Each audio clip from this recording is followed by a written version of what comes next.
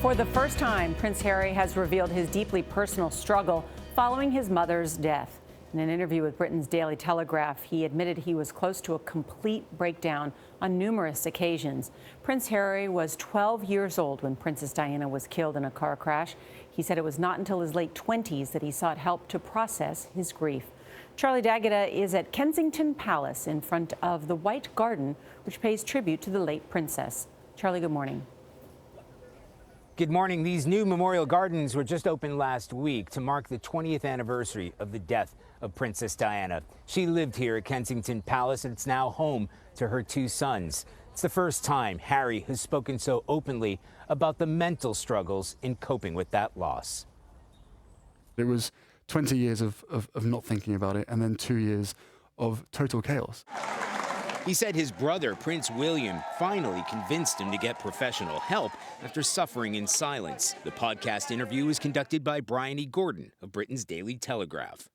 I can safely say that losing my mum at the age of 12 and therefore shutting down all of my emotions for the last 20 years has had a quite serious effect on not only my personal life but also my work as well.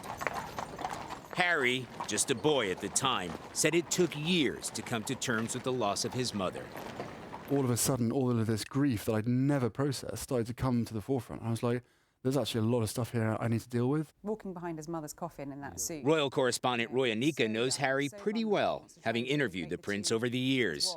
I think what he struggled with is being able to hide his private self in this very public sort of spotlight. And I think what he'd really like to be able to do is just be a little bit more natural and a bit more at ease talking about the struggles he's had when he's in that public persona. The prince has used that public persona to carry on many of Diana's charities, as well as taking on some of his own. And in an interview with CBS This Morning last year at the launch of the Invictus Games for Wounded Warriors, he said he hoped it would make his mother proud. This is Mother's Day here in the United States. What do you think your mother, Princess Diana, would think about what you've done here for veterans? Whether for veterans or for whoever it was, but I think I'd hope she'd be incredibly proud. I hope she'd be sitting up there having her own little party and looking down thinking, what we've achieved, because it's a massive team effort. What we've achieved is absolutely brilliant, and I think This new interview is all about erasing the stigma surrounding mental health issues. Prince Harry, Prince William, and Kate will all be cheering runners on in Sunday's London Marathon as part of that campaign. Norah?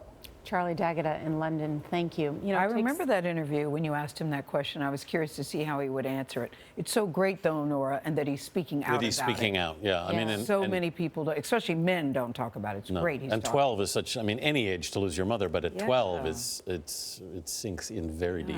Yeah, the idea of dealing with grief is a very personal one. But, Sheryl Sandberg has a new book coming out and dealing with it. I've interviewed her. We're going to have that the end of this week, but it is interesting ways to deal with grief that is not one that leads you to this sort of deep, alone sorrow that the prince is expressing. Everybody deals with it differently. There isn't a one-size-fits-all on that. And CBS News will mark 20 years since the death of Princess Diana in a 2-hour primetime special. Gayle will host Princess Diana, Her Life, Her Death, The Truth at 8/7 Central. That's May 22nd, right here on CBS.